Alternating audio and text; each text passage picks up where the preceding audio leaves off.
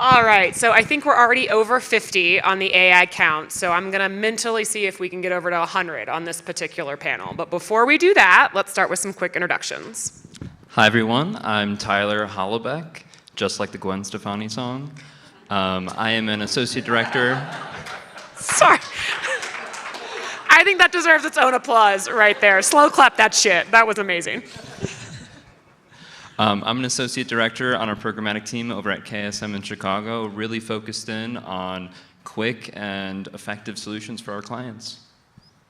My name is Swap. I'm one of the two co-presidents at AttentionArc, along with Asia Pine. AttentionArc is a new media entity within the Chael North American network, and so we are a full funnel service across all different media types, but obviously a lot of what we do is in the digital space. So let's get down to brass tacks really early. AI is something that lots of people talk about. We theorize about it a lot. But what is one of the best use cases of AI that you guys have implemented in the last 6 months that you will fight to the death to keep in your toolkit? I can go ahead and start with that one. So we've really tested a lot in terms of AI, whether that's generative AI to develop new creative assets or dynamic copy. We've tested out custom bidding algorithms. We've even tested out like nuanced brand safety, kind of balancing scale, and also that page sentiment to make sure we're protecting our brand's images. But surprisingly, one thing I would really fight for to keep in our toolbox is using agentic AI. We've recently started importing our reporting, even log level data to help with our reporting cycles for our clients. And the amount of time it's saved is so drastic. We are saving 3 to 4 hours per reporting cycle, which has just been super fantastic for us and really helps us just get down to the brass tacks of what's working in our campaigns and what's not, and what optimizations and what stories we can tell for our clients. Yeah, I think that's great. And I think from my perspective, there's really a couple buckets that we need to think about is what are the basics that are making things easier for our teams to do the work that they need to do and drive the results? What are the things that we need to be thinking about with how fast this industry is going to be changed because of the impact of AI? And so if you don't want to be left behind, or how fast this is going to change compared to the internet, and that took a 30-year period, what are we doing in the next 2 to 3 years to set ourselves up? So those are the two main buckets, is like the basics, and then what are you doing to think about, you know, getting ahead or staying as close to keeping up with the Joneses as you can in this space. I love that you guys both took a real process-driven answer to that AI question. But if we think about the campaign elements that can be impacted by AI and automation, the bidding, the creative, the keyword research, right? The audience segmentation, what do you think of those elements has benefited the most from AI? I would say personalization. That's something that comes up with programmatic all the time. It is really like a key defining element of programmatic, being able to personalize for a specific audience, for specific content. But realistically, like, that always isn't possible. The amount of effort and time it takes to develop bespoke creative assets for each individual audience you have is sometimes so overwhelming. But I think with generative AI in particular, really honing in on that personalization, that has been like just a game changer for programmatic. Yeah, and just to push on the personalization piece, I think it's really important to be able to test what that is, because the premise of the right ad in the right place at the right time is something that everyone can buy into. But actually what you end up running and the price you pay for that also impacts whether the performance is there, right? So if you add on all this extra targeting and your cost gets out of whack, is the performance X times that for it to be paid off or not? So what we want to do by freeing up some time is actually looking at what's happening so you can influence what decisions are best and why and what that means. I think it's a cyclical thing, but it starts with being in the numbers and knowing what you're expecting from a hypothesis standpoint. So we can all agree that this sounds good, but did it actually, pay off? Absolutely, and just to build on that, I think it really should be like an iterative process. AI in general will help us be faster in every regard. So to Swap's earlier point, like that kind of building on those learnings and having a hypothesis going into it, like that, AI will help all of that process and all of that learning and all of that reporting and eventual proving out of that hypothesis be so much faster. Tyler, you talked about creative, right, and generative AI to build AI creative that would enable the better personalization. Where do you balance like still needing a human element to build your assets? And we're all media buyers in here, like safe space. There's no creatives in here as well. What's the balance between the two? Yes, I think that is very, very crucial, very, very key, and I think a lot of verticals are still figuring that out. Specifically for FinServe and healthcare and pharma, that gets to be very, very tricky in the sense that we can't just lean on AI for everything. Knowing that we have to go through rigorous legal processes, rigorous legal approvals, that gets to be a little bit tricky. One workaround that I've found in kind of balancing that human element where we can maybe still push through and get legal approval on some of those more difficult to work with verticals is really kind of taking a bucketed approach. So whether that is developing 5 to 6 lines of copy, 7 to 8 background images, 5 to 6 lifestyle images, and then really leaning on the AI to kind of mix and match those to the right audience. I've found that works very, very well, and then you can also still have the human element of like actually developing the images or the copy or the videos themselves, and then just kind of like mixing and matching to see what works best there. Swap, as we think about how much the platforms themselves have evolved to incorporate automation and AI into their algorithms, how do you think about manual updates to those out-of-the-box aspects to really improve individual campaigns specific to the businesses? Yeah, I mean, full disclosure, I'm not in the platforms, but in sitting down with Elise and different team members, like part of what I'm stepping back and realizing is all of the established platforms play a role. I mean, who's not running with Google, Meta, Trade Desk? Like, they have a role in our business, right? But at the end of the day, they're also selling. They also need to make money and have shareholders that they need to appease, and that they're doing stuff. So if you just look within the platforms, there are certain settings that are turned on by default, like target new exchanges, use optimized targeting. Those are the AI things that let the system do its job. But what we've seen is that doesn't always do well. It overrides, in some cases, some of your pre-existing targeting that you've put in. So I think we want to balance like what is there to learn from the new options or levers that are built in, but is that to be able to just sell more inventory at the expense of performance? So what we've seen is sometimes you can drive a higher scale of inventory being bought and used to run the ad there, but it doesn't drive the performance. So the human element having to toggle on and off some of these levers is really critical. Yeah. So even as programmatic as it can possibly be, as hands-off as it can possibly be, you have to put the art back in there, right? Like there's no way we're ever going to allow the platforms just to run amok and do it themselves. Absolutely. I think AI should be viewed as not just a tool, but a toolbox in itself. But I don't see any future where it's like there's going to be no human element to it. There's still so many client nuances, so many different things you need to take into consideration where AI will just want to take a look at all the data signals, but us as humans, us as traders, we know what is important to our clients. And I think that will never go away. Yeah. One of the things I'd ask back to the room, and this could be partly rhetorical, is at the end of the day, their clients want to achieve the set outcome that they've asked us to set the plans up for. How many times do we merchandise the setup of a buy? They probably don't care because it's too in the weeds. But a lot of the setup really influences the outcomes that they're going to get or not. And in headlines, you read about AI and it's going to be able to do this and that. But at the end of the day, you won't get credit for the work you're doing and the tweaks you're making if you don't merchandise that in the right forums to the clients whose dollars you're tasked to spend. Yeah.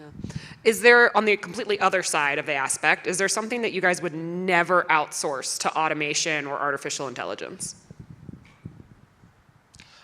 Just going back to the generative AI piece, I think some of those very specific use cases of like financial services or anything pharma related like that, I don't think will ever enter in the space. It's just like solely generative AI. Just knowing that the rigorous legal processes that are required there, I don't think that that's ever going to change. Yeah. Yeah, and I think the other thing we've realized is there's a lot of work that it takes to prompt the models, especially in the creative front. Like, if you don't want someone to have 6 fingers or this thing or that thing to happen, which is there, or the house that was shown in the first frame is not the same house, 15 seconds later, like, you have to keep working to get it to be a polished state where it can run on CTV or wherever you want to run it, right?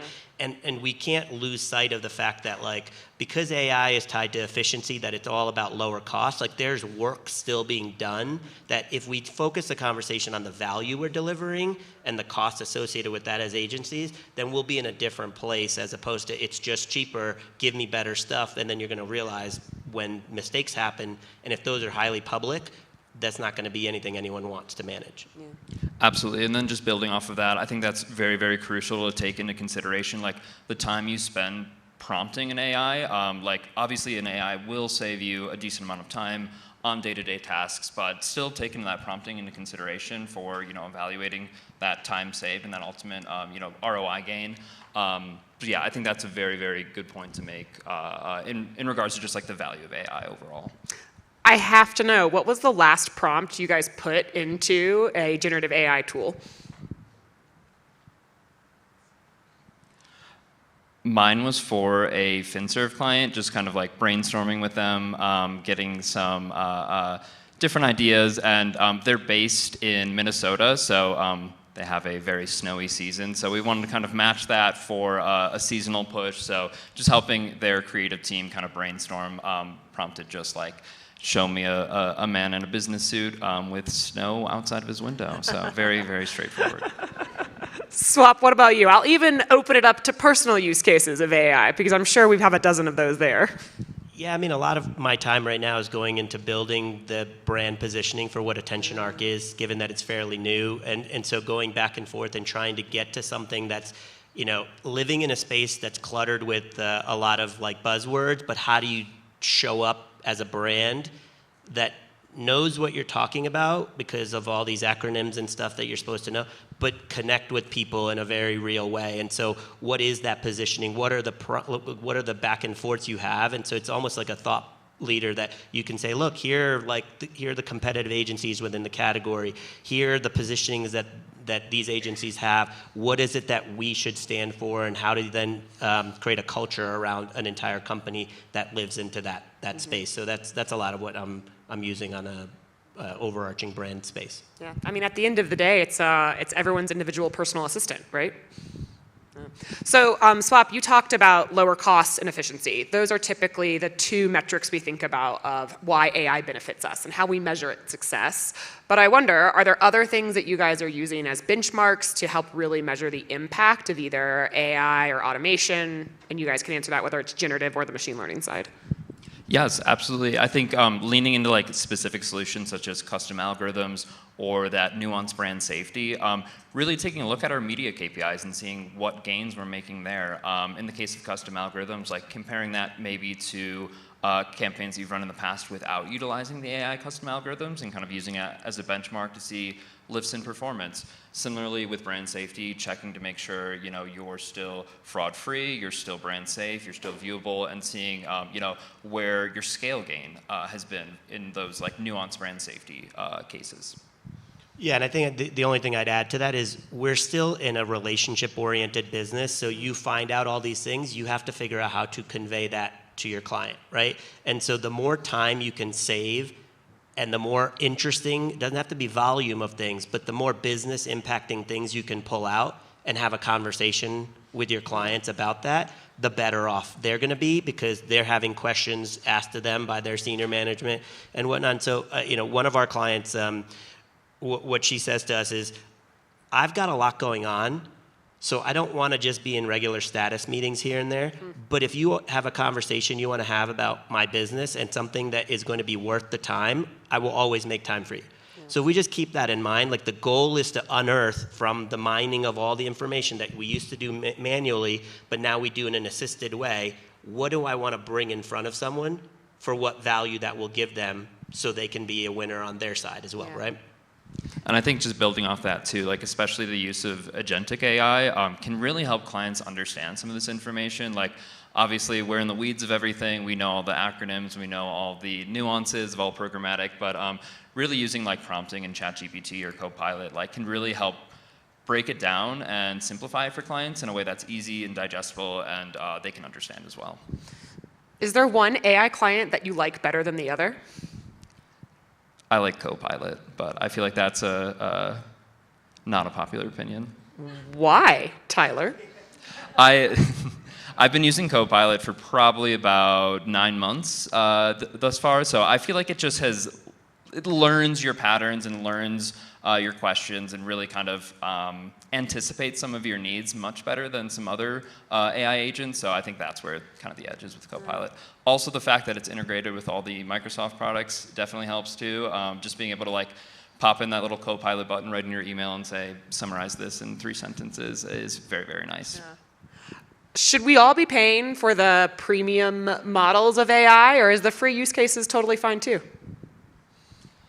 I definitely think that the enterprise solutions are the way to go. Knowing the data that we're working with for our clients is, super, super proprietary. In some cases, handling PII, CRM data, like we want to make sure that that doesn't feed back into larger algorithms. So I really think that the enterprise solutions are the way to go to make sure you're keeping that data protected and safe for your clients.